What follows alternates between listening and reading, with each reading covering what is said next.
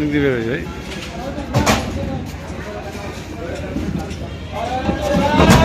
কেন ফেললে ভাইকে? ভাইকে জলের কেন ফেললে? কার কথা করেছো এটা? আর কে কে আছে তোমাদের সাথে? সৎ নাবালক ভাইকে নবদ্বীপের নৌকা থেকে ভাগীরথী নদীতে ফেলে দেওয়ার অভিযোগে গ্রেপ্তার হলো সুমন দত্ত নামে মূল অভিযুক্ত। ঘটনার 5 দিন পর গ্রেপ্তার হলো সে। জানা যায় 22শে মার্চ রাতে নিজের জন্মদিনে কেক কিনতে নাবালক সৎ ভাইকে সঙ্গে নিয়ে নবদ্বীপ শহরের উদ্দেশ্যে বের হয় অভিযুক্ত সুমন।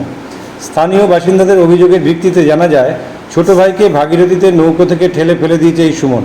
পরবর্তীতে ফেরিঘাটের সিসিটিভি ফুটেজ খতিয়ে দেখার পর বালকটির খোঁজে রবিবার দুপুর থেকে বুধবার অবধি বেশ কয়েকদিন কুইক রেসপন্স টিমের সদস্যরা স্পিডবোট ও ডুবুরি নিয়ে ভাগীরথীতে তল্লাশি চালায়, কিন্তু এখনও পর্যন্ত তার কোনো খোঁজ পাওয়া যায়নি।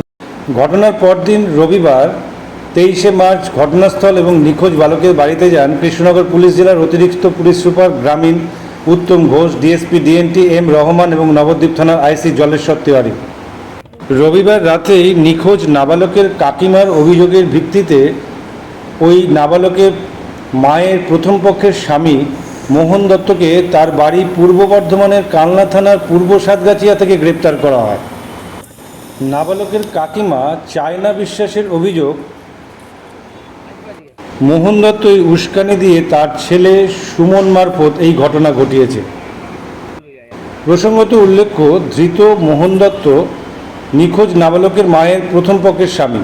মোহন দত্তের সঙ্গে সংসার ভেঙে গেলে পরবর্তীতে বন্দনা দেবীর চায়না বিশ্বাসের ভাসুর জয়দেবের সঙ্গে 7 বছর আগে বিবাহ হয়।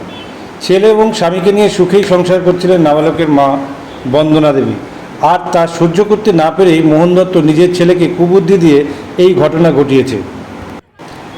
আর অবশেষে 5 দিন পর পুলিশের জালে ধরা পড়ল অভিযুক্ত সুমন দত্ত।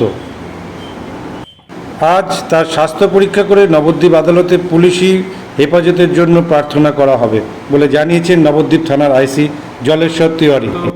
শনিবার যে গঙ্গায় এক নাবালককে ফেলে দেওয়ার ঘটনা ঘটেছিল, সেই ঘটনার কি অগ্রগতি হলো?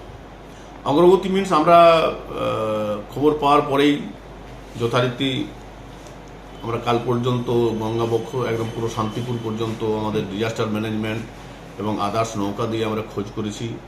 আমরা সিসিটিভি কালেক্ট করেছি যে হ্যাঁ ওই দিন ওই বাচ্চাটি তার দাদার সাথে নৌকাতে উঠেছে ওই পর্যন্ত, এবং এই দিকে তার দাদা একা একাই গেছে ওই পর্যন্ত, অর্থাৎ মধ্যে যে মিসিং সেটা আমাদের লিঙ্ক পাওয়া গেছে। আর আমরা কালকে আমাদের সিক্রেট সোর্স দিয়ে অ্যাসাইল্যান্ড যে মূল আসামি তাকে ধরেছি, আমরা আজকে কোর্টে পাঠিয়েছি। সুমন দত্ত? হ্যাঁ, সুমন দত্ত, তাকে ধরেছি। আর আমরা তাকে 7 দিন রিমান্ড প্রেয়ার করে কোর্টে পাঠিয়েছি। আমরা খোঁজ করছি, এখনো পর্যন্ত মিসিং বাচ্চা পাওয়া যায়নি, আর বাকিটা ইনভেস্টিগেশনে চলছে। তাই আমরা পেয়েছি আমাদের নবদ্বীপ রেল স্টেশন এলাকা থেকে। তাহলে এই ঘটনায় এখনো পর্যন্ত কজন গ্রেপ্তার হল? 2 জন মূল অভিযুক্ত এবং তার বাবা। হ্যাঁ, পুলিশ সুমন এবং তার বাবা।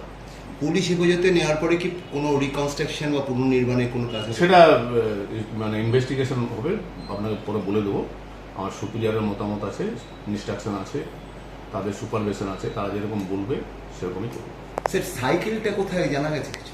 সাইকেলটা শুনেছিলাম ওইখানে এতে একটা গ্যারেজে দেওয়ার পর ও ছিল, সেটা ওর সাইকেল, ও নিজের সাইকেল না, ওটা পাশের বাড়ির সাইকেল, সেটাও আমরা পেয়েছি, সেটা আমরা সিজ করছি।